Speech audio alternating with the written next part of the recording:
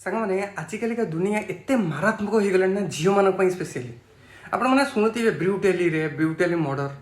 ତ ମୁଁ ଯେତିକି ଭଉଣୀମାନେ ଏଠି ଦେଖୁଛନ୍ତି ନା ମୋତେ ମୁଁ ସେମାନଙ୍କ ପାଇଁ ଗୋଟେ ଛୋଟ ମୋବାଇଲ ସେଟିଂ କହିବି ଏଇଟା କରିବାକୁ ଭୁଲିବେନି।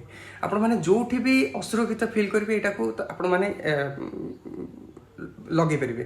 ମୁଁ ଆପଣମାନଙ୍କୁ କହିଦେଉଛି କ'ଣ କରିବାକୁ ପଡ଼ିବ। ଆପଣମାନେ କ'ଣ କରିବେ ନା ସବୁ ମୋବାଇଲରେ ଅଛି, ଏମିତି ନାହିଁ କି କୌଣସି ଏ ମୋବାଇଲରେ ଅଛି ସେ ମୋବାଇଲରେ ଅଛି, ସବୁ ମୋବାଇଲରେ ଅଛି। ଆପଣମାନେ କ'ଣ କରିବେ ମୁଁ ଆପଣମାନଙ୍କ ସାମ୍ନାରେ ହିଁ ଦେଖାଉଛି। ଏଇଟା ହେଉଛି ଆମର ପାୱାର ବଟନ୍। ପାୱାର ବଟନ୍ କ'ଣ ଯେଉଁଟାରେ ସୁଇଚ୍ ଅଫ୍ ହୁଏ ସେଇଟାକୁ ଆପଣମାନଙ୍କୁ 5 ଥର ସାଇଁ କ୍ଲିକ୍ କରିବାର ଅଛି। ଏମିତି ନାହିଁ କି ଧୀରେ ଧୀରେ 5 ଥର ମୁଁ ଆପଣମାନଙ୍କ ସାମ୍ନାରେ ଦେଖାଉଛି। 1 2 3 4 5 ହେଲା।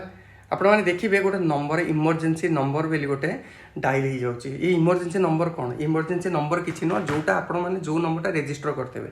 ଯଦି ଆପଣମାନେ ବାପାଙ୍କ ନମ୍ବର ରେଜିଷ୍ଟର କରିଛନ୍ତି ତାହେଲେ ବାପାଙ୍କ ପାଖକୁ କଲ୍ ଲାଗିବ। ଯଦି ଭାଇଙ୍କ ନମ୍ବର ରେଜିଷ୍ଟର କରିଛନ୍ତି ଭାଇଙ୍କ ପାଖକୁ ଲାଗିବ, କି ବୟଫ୍ରେଣ୍ଡ ଗର୍ଲଫ୍ରେଣ୍ଡ କି ଲୋକାଲ ଗାର୍ଡ଼ିଆନ୍ କାହା ନମ୍ବର ବି ଆପଣମାନଙ୍କୁ ଗୋଟେ ରେଜିଷ୍ଟର କରିବାକୁ ପଡ଼ିବ। ମୁଁ ଏଠି ଆପଣମାନଙ୍କୁ ପୁରା ଦେଖାଇ ଦେଉଛି କେମିତି ରେଜିଷ୍ଟର କରିବେ।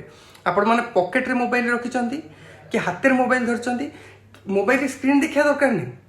ଆପଣମାନେ ସେଇ ପକେଟ୍ ଭିତରେ 5 ଥର କ୍ଲିକ୍ କରିଦେବେ, ଲାଗିଯିବ କଲ୍। ବୁଝିପାରିଲେ? ଏ ସେଟିଂଟା କରିବ ମୁଁ ତୁମମାନଙ୍କୁ। ତ ଏବେ ମୁଁ ସ୍ୟାମସଙ୍ଗ ମୋବାଇଲରେ ଦେଖାଉଛି। ଯଦି ଆପଣଙ୍କର ଅଲଗା ବ୍ରାଣ୍ଡର ମୋବାଇଲ ଆପଣ ଜାଣିପାରୁନାହାନ୍ତି ତାହେଲେ କମେଣ୍ଟ ସେକ୍ସନରେ କହିଲେ ମୁଁ ଆପଣମାନଙ୍କ ପାଇଁ ନିହାତି ଭିଡ଼ିଓ ବନେଇବି। ବୁଝିପାରିଲ? ଆପଣମାନଙ୍କୁ ରେଜିଷ୍ଟର କରିବାକୁ କ'ଣ କରିବାକୁ ପଡ଼ିବ?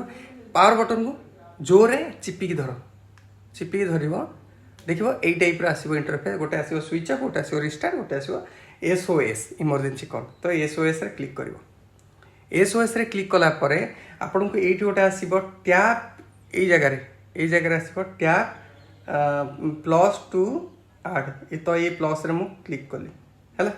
ପ୍ଲସ୍ରେ କ୍ଲିକ୍ କଲାରୁ ଆପଣଙ୍କ ପାଖରେ ଏଇଠି ଆସିବ ଦେଖ ଆଡ୍ ଇମର୍ଜେନ୍ସି କଣ୍ଟାକ୍ଟ ହେଲା। ଯେତେବେଳେ ଆଡ୍ ଇମର୍ଜେନ୍ସି କଣ୍ଟାକ୍ଟ ଆସିବ ସେଥିରେ ମୁଁ କ୍ଲିକ୍ କଲି। ଆପଣଙ୍କର କଣ୍ଟାକ୍ଟ ନମ୍ବର ସବୁ ଯାକ ପଳେଇ ଆସିବ ଗୋଟେ। ତ ଆପଣମାନେ କୌଣସି କଣ୍ଟାକ୍ଟ ନମ୍ବରକୁ ନୁହଁ କି କ୍ଲିକ୍ ଗୋଟେ କରିଦେବେ, ସେଇଟା ଆସିକି ଏଠି ଆଡ଼୍ ହେଇଯିବ। ତାପରେ ଏଠି ଡନ୍ ଯେଉଁ ଅଛି ଡନ୍ ସୁଇଚ୍ଟାକୁ ମାରିଦେବେ। ବୁଝିପାରିଲେ? ତ ଏଇ ଜାଗାରେ ଆପଣଙ୍କ ବାପା ନମ୍ବର ହଉ ଯାହା ନମ୍ବର ହଉ ରଖିବେ। ଆଉ ଯେତେବେଳେ 5 ଥର ପ୍ରେସ୍ କରିବେ ନା ତାହେଲେ 100% କ'ଣ ହେବ ନା ଆପଣଙ୍କର ତାଙ୍କରି ପାଖକୁ କଲ୍ ଲାଗିବ। ଆପଣ ବାପା ହଉ ଯାହା ନମ୍ବର ରେଜିଷ୍ଟର ହେଇଥିବ କଲ୍ ଲାଗିବ। ତ ମୁଁ ଚାହୁଁଛି କି ସବୁ ଭଉଣୀମାନଙ୍କ ପାଖରେ ଏ ଭିଡ଼ିଓଟା ପହଞ୍ଚୁ। ଆପଣମାନେ ହ୍ୱାଟ୍ସଆପ୍ ଷ୍ଟାଟସ୍ରେ ଷ୍ଟୋରିରେ କେଉଁଠି ବି ଲଗେଇକି ନା ସେୟାର କରନ୍ତୁ। ଆପଣଙ୍କ ପ୍ରିୟଜନ ମାନେ ଯେଉଁମାନେ ଭଉଣୀ ଅଛନ୍ତି ସେମାନଙ୍କ ପାଖକୁ ସେୟାର କରିକି ଭିଡ଼ିଓଟା ନିହାତି ପହଞ୍ଚାନ୍ତୁ। ଲିଙ୍କ୍ ବି ସେୟାର କରିପାରିବେ। ବୁଝିପାରିଲ? ଜୟ ଜଗନ୍ନାଥ।